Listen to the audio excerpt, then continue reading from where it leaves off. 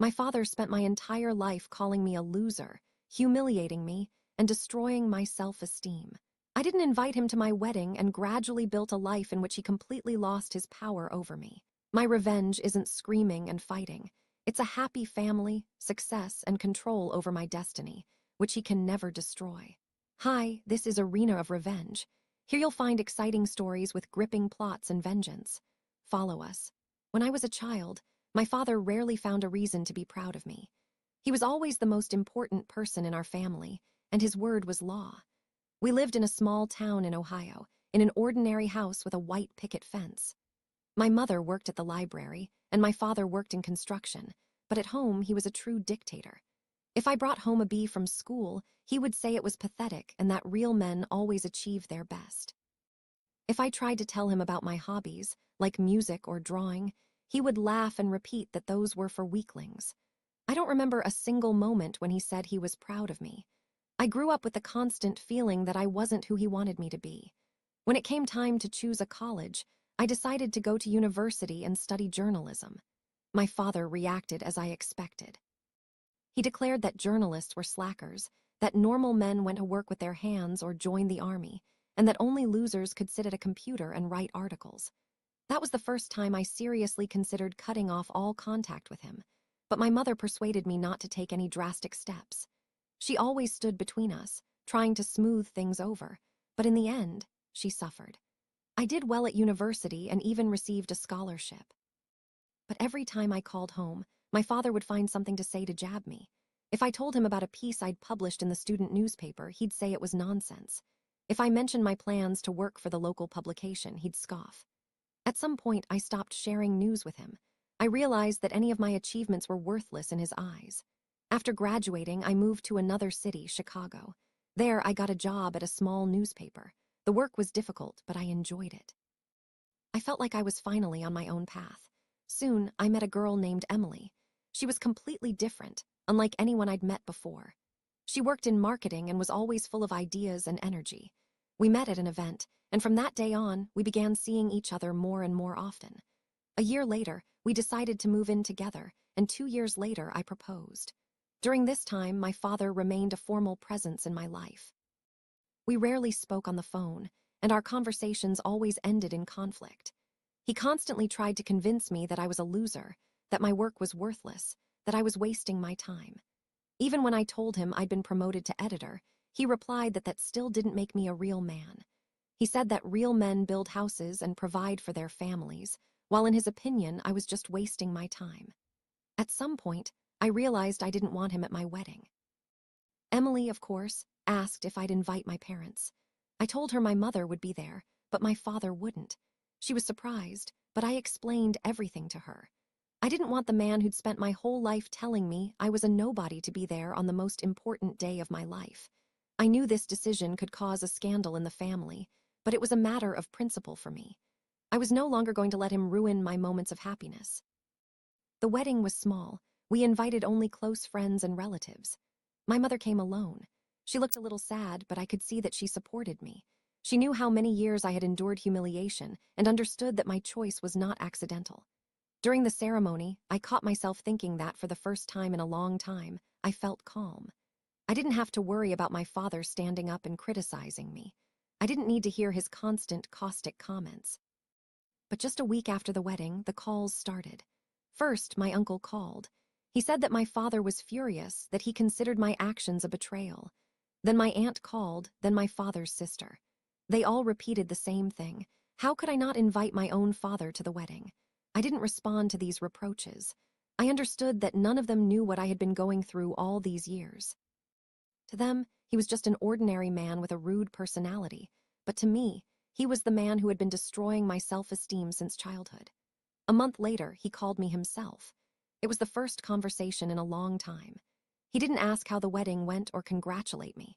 He simply said I was a disgrace to the family, that I had deprived him of the right to be a father, and that I would never be a worthy man. At that moment, I realized for the first time that he would never change. All that mattered to him was that he had lost the ability to control me. I listened to his words and felt something snap inside me. I was no longer angry. I no longer tried to prove anything to him. I simply realized that he would always be like this. After that conversation, I blocked his number. It wasn't easy, because I knew my mother would continue to suffer between us, but I saw no other way out. I wanted to build my life without his constant poison. A few months after the wedding, I began to notice my mother calling and visiting more often. She said she missed us, that it was hard for her to be without her entire family, but with each meeting, I felt like she was carrying the weight of other people's expectations. At first, I tried to be polite, listening to her stories about her job at the library, about her neighbors, about the little things that happened in our town. But at some point, the conversation always veered toward the same thing: my father. She would start out cautiously, like, "I understand why you did that," but then she would insert phrases I couldn't ignore. "He is still your father. He wanted to see you on your wedding day. You should at least consider his feelings." I saw her suffering, and that struck me the hardest, because my whole life had been built on protecting myself from him, and now I saw that my mother was suffering because of my actions. Every attempt she made to mediate made the situation more difficult. I tried to explain that I couldn't go back to those old conflicts, that all those years of humiliation and devaluation of my personality wouldn't allow me to simply forget and pretend everything was fine. But she would say, "I know he was strict, but that's father. He wanted you to be successful." These words cut me because I understood that for her, father was the man she loved and lived with for many years, while for me, he was only a source of pain. Over time, my mother's visits became almost weekly. She tried to convince me to invite him to at least a family dinner, at least a small celebration. I tried to gently decline, but she wouldn't let go of the subject.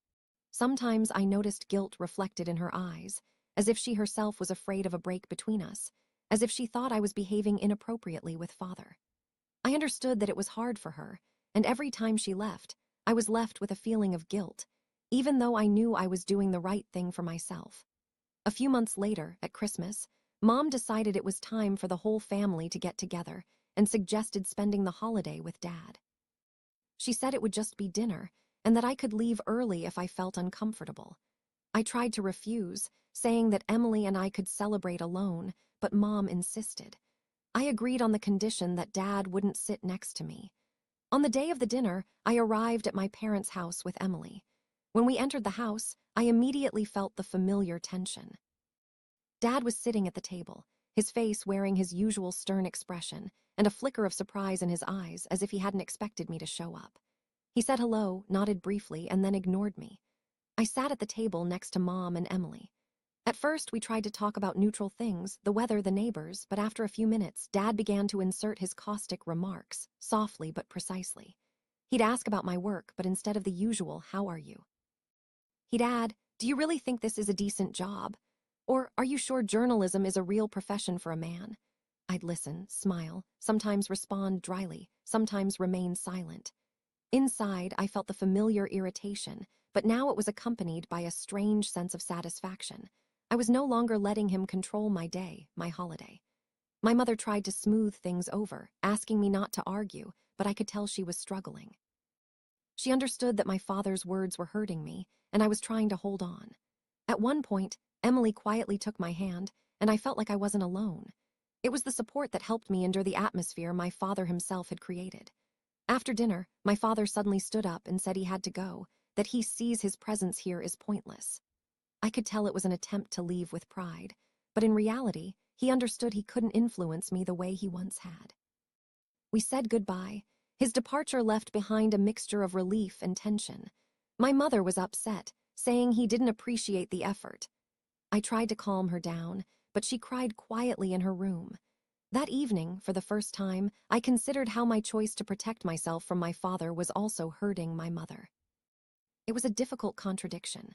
On the one hand, I felt a duty to myself and Emily; on the other, a responsibility to my mother, who had tried to mediate all these years. The next day, my mother and I had a long talk.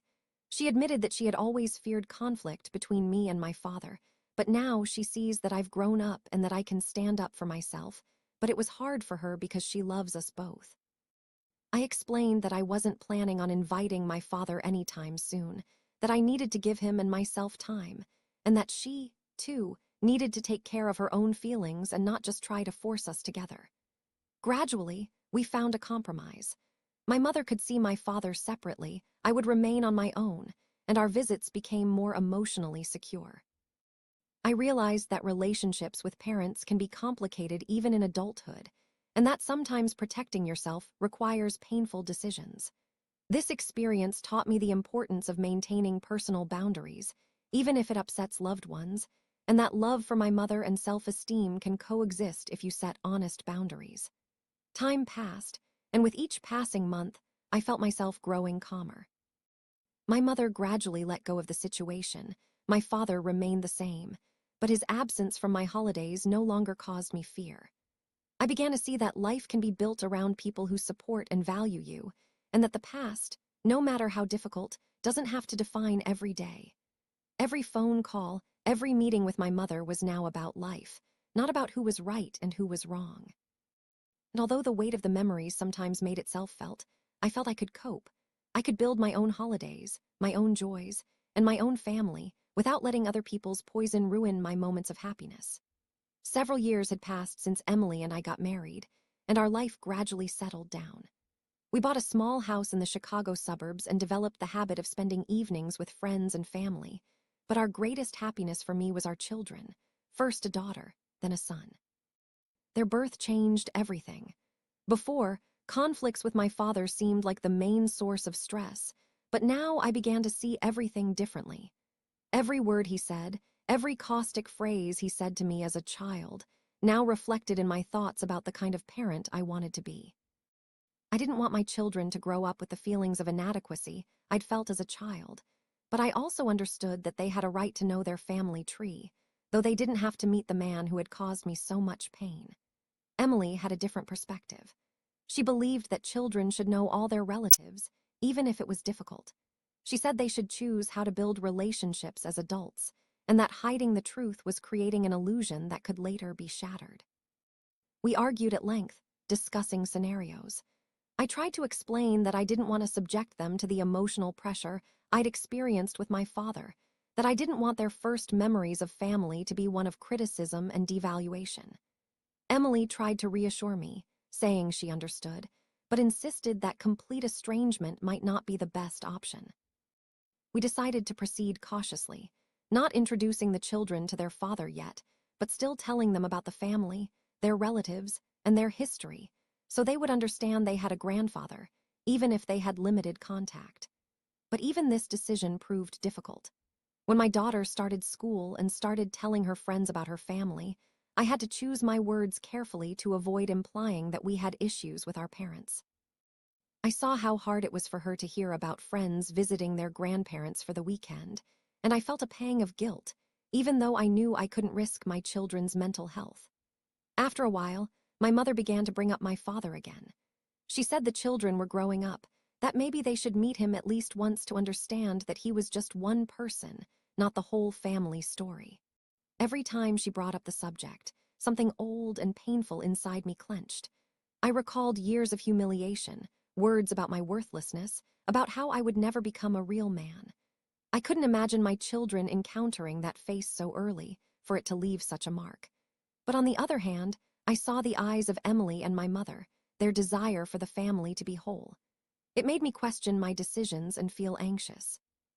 One day, as I was putting my daughter to bed, she asked, "Daddy, why haven't I ever met Grandpa?" That simple question caught me off guard. I sat next to the bed and felt a mixture of anger, fear, and guilt welling up inside me. I explained to her simply that Grandpa lived far away, that we weren't meeting him yet because some adults sometimes make mistakes and say hurtful things, and that I wanted to protect her to make her feel secure. She nodded, but I could see the question remained. Later, when Emily and I discussed it, she said we needed to think about how to prepare the children for the meeting when they were ready. I knew it was inevitable. The children would eventually want to know more about Grandpa, about the family. But the thought of having to meet the man who had humiliated me my entire life made me tremble inside. With each passing day, I began to analyze my past more and more, trying to understand how it shaped my reactions and fears.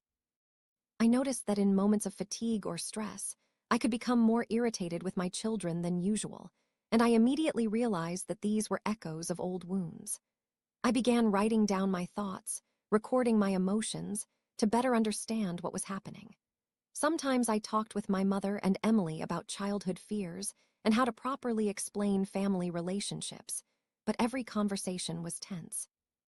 I saw how my mother regretted not being able to smooth over conflicts sooner, and how Emily tried to balance me with the children's needs. One day, when my daughter brought home a drawing of the whole family from school, in which she had drawn her grandfather, I felt real anxiety for the first time.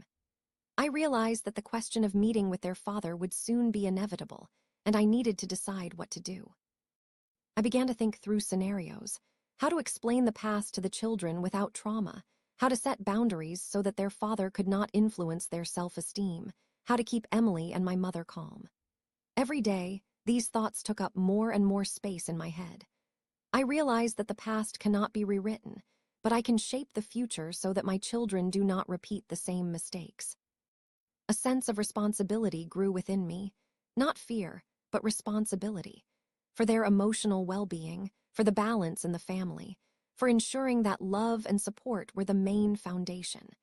And although the thought of possibly meeting my father caused anxiety, I now felt that I had the experience and strength to endure it and still protect my family. Every decision was difficult. Every conversation with my mother and Emily was a test. But I understood that it is in these difficult moments that a real family is formed, not one that simply exists out of habit.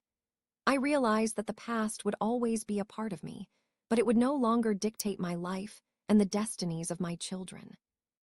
And although the future remained uncertain, for the first time I felt I could look at it calmly, holding Emily's hand and seeing in my children's eyes the trust and love that gave me the strength to act wisely, to protect them, and at the same time to remain true to myself.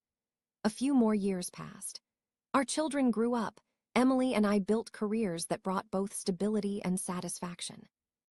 I understood that my father still lived in the small town where we grew up, continued his habits, continued to criticize and judge everyone around him, but that was no longer for me. I realized that revenge doesn't necessarily mean scandals or open aggression. I decided to act differently. I began to show how my life had worked out perfectly without his interference. At first, this was my strategy, small steps that created the impression that I controlled everything that had once been his sphere of influence. Emily and I organized family celebrations with friends and colleagues, to which, naturally, my father was not invited. He heard through my mother and relatives about our achievements, about how we lived, about how our children were growing up happy and confident. At first, I did this without unnecessary malice, simply living my life. I saw how my mother began to notice that my father was losing significance in our circle, that his advice and criticism were no longer of interest to anyone. And I, observing this from the outside, felt an inner satisfaction, a quiet revenge that didn't require direct confrontation. One weekend, we hosted a large family dinner with friends and close relatives, although my mother knew that my father would not be invited. Everyone talked about our new jobs, our children's achievements, trips, and events. I looked at their smiling faces, the children's joy, and the way our friends discussed our successes, and I realized that this was revenge, a demonstration that he could never control or ruin my life. After a while, my mother began to carefully tell my father about these events, and I saw his tone change as she told me, how he tried to interject a comment only to hear that no one cared about his opinion. He said it was all insignificant, but I knew it was hurting him inside. Revenge wasn't in outward actions, but in the fact that I calmly and confidently demonstrated that his criticism was powerless, his presence unnecessary. With every story about our achievements, about our travels, about the children's praise at school, about awards at work, about friends and acquaintances who admired our lives, I felt him losing control, his influence gradually fading. Inside, it was a sweet feeling, not anger, but satisfaction that all those years of humiliation and pressure hadn't given him power over my destiny. It was especially gratifying to see the reactions of some relatives who had previously listened and listened to him. Now they looked at us and understood that I had become an independent person, stronger and more successful than ever. My father tried to intervene through my mother, asking me to convey that he wanted to talk, that he wasn't angry, but I never responded to such requests. My revenge was silence and calm, the ability to live a full life without his approval. When the children grew up and began asking questions about Grandpa, I calmly told them neutral facts, without weaving in old grievances, but also without giving him a role in our lives. They saw Grandpa only in stories, and it was their choice whether to want to meet or not. Emily supported me completely, seeing how I carefully constructed the family space, protecting the children while simultaneously showing Father that his power was lost. Some time later, I received an unexpected letter from him. It was short, dry, without pity or requests, rather tinged with irritation and an admission of defeat. He wrote that he had heard about all our achievements, that life was going on as usual, and that he was kind of proud of me. I opened the letter, read it calmly, and put it aside. Inside was joy, not the kind that evokes anger or the satisfaction of revenge through confrontation, but a calm sense of victory. I realized that my revenge had been achieved. I had proven to myself and to him that my life was my territory, and that his words no longer held power over me.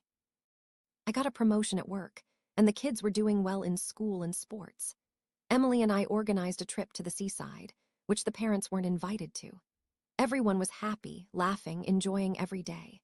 Inside, I felt like every moment of happiness was a small but meaningful revenge for years of humiliation. I was no longer angry. I no longer worried about past wounds. I was simply showing that life can be full, beautiful, and successful, despite all the attempts to destroy it. Even my mother noticed that my father was gradually coming to terms, albeit quietly, with regret, with the fact that he had missed the opportunity to be part of our family. And that was the most powerful feeling, not to destroy him, but to show that everything he tried to control now belongs to me, my family, my happiness. I realized that real revenge isn't scandals, not shouting, not public conflicts. Real revenge is the life you build for yourself and the happiness that no one can take away. Every day spent with Emily and the children, every laugh and success, every joy, a small victory that rendered his words powerless. He could no longer destroy my self-esteem. He could no longer control my life, and that was the sweetest revenge of all. Several years passed after I had completely rebuilt my life in Chicago, and revenge gradually transformed into something more than just a sense of retribution for past humiliations. I began to understand that the true power of revenge lies not in quarrels and public scandals, but in calmly, methodically, and confidently showing the person who has spent his whole life trying to destroy you that he has completely lost his power. My life became an example for everyone who ever doubted my worth, and especially for him. Emily supported me every step of the way. She understood that we were building not just a family, but a space in which his words no longer had power.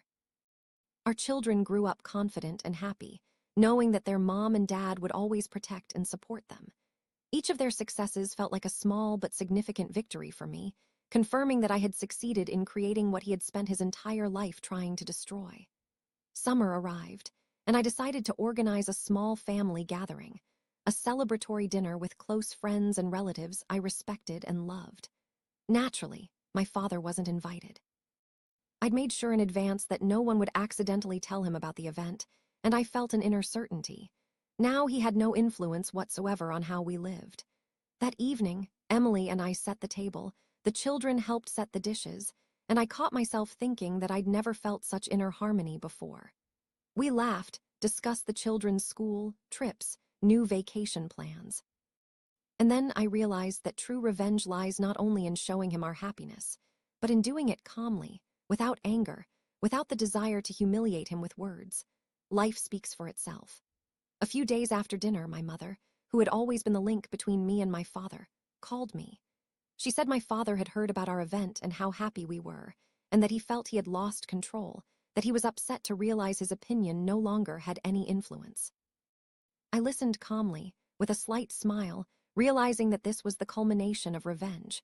Not the screaming, not the scandals, but precisely this, the feeling of complete control over your life, when the person who was once your tyrannical authority stands aside and realizes that he has lost all influence. I didn't give my mother any reason to pass on any of my answers to him. I simply listened, and a sense of satisfaction grew within me that was indescribable. I'd achieved another promotion at work, gained recognition from colleagues, and the publication of my articles was discussed in professional circles. My children won competitions and contests, and their teachers repeatedly told Emily that they had unusual confidence and independence. All this was proof that years of humiliation hadn't broken me, that I'd managed to build a life in which his words no longer held power. After a while, I noticed my father was acting more cautiously. He no longer tried to interfere through my mother, didn't call or text. According to relatives, he had become lonely in his city, and his usual critical phrases, with which he once tried to control me, no longer resonated with anyone. This was especially gratifying to realize. Revenge through one's own life works slowly but surely. I understood that I had complete control over my family's space, and every day spent with Emily and the children was confirmation that I had won not by force, but by intelligence and patience. We began planning a long vacation with the children, bought tickets for a trip to the coast, and I deliberately made sure that my father couldn't find out about our plans in advance. Revenge wasn't malice, but rather a sense of control. I was in control of my life, and he was left out. A year later, my father sent a letter, short and dry, without reproach, with a wording like, "I heard you're doing well." I didn't reply. Inside, it was a symbol that the revenge was complete. I didn't have to confirm or justify myself to the man who had tried to break me. His opinion was now completely powerless. In my conversations with my mother and Emily, the topic of my father no longer evoked anger or anxiety. It was like a biographical fact that couldn't be changed, but which no longer had any power. I realized that true revenge is a peaceful life. It's happiness, it's achievement, it's the certainty of being completely free of the one who once tried to break you. Every time I looked at my children, at their smiles, their successes, and joy, I felt that this was the final act of revenge, not the destruction of a person, but the building of a life that cannot be destroyed. Revenge was not punishment, but triumph, the triumph of my own strength, wisdom, and patience. Inside me, there was no anger or doubt. There was only the calm understanding that years of humiliation had become the impetus for me to become stronger, for my family to be happy, for every day to show that I had won in the most perfect way, without screaming, without open confrontation, but through a life that speaks for itself. And when I closed my eyes in the evening, hearing the children's laughter and Emily's calm breathing beside me, I knew that revenge was complete. It was not cruel or noticeable to outsiders, but complete and absolute. He could no longer influence me, my family, my life, and this feeling surpassed any desire for reprisal or verbal retaliation. It was a victory of life over those who tried to destroy it, and I felt it in its fullness.